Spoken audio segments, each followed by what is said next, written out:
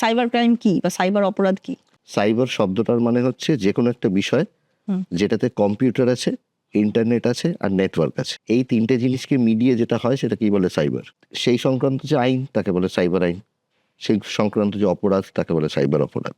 যদি আমরা সব রকমের সাইবার অপরাধকে এক জায়গায় জড়ো করি, সেখানে আমরা দেখবো আমরা বেসিক্যালি 3 ধরনের আমাদের জিনিসের ক্ষতি হয়। একটা হচ্ছে আমাদের তথ্য, যেটাকে আমরা বলি ডেটা, আরেকটা হচ্ছে অর্থ, মানি, অ্যান্ড থার্ড হচ্ছে আমাদের সম্মান বা ডিগনিটি। এই তিনটে জিনিসের বাইরে কিন্তু একটা সাইবার অপরাধে আর কিছু ক্ষতি হওয়ার নেই।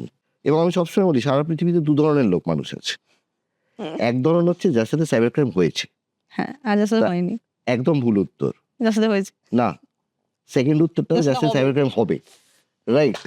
ফলে এমন একটা বিষয় যে বিষয়টাতে কিন্তু অবভিয়াসলি আমাদের শিখতে হবে এবং সেটা থেকে সেভ করার, সেভ হওয়ার একটাই মাত্র উপায় আছে, one and only, that is training.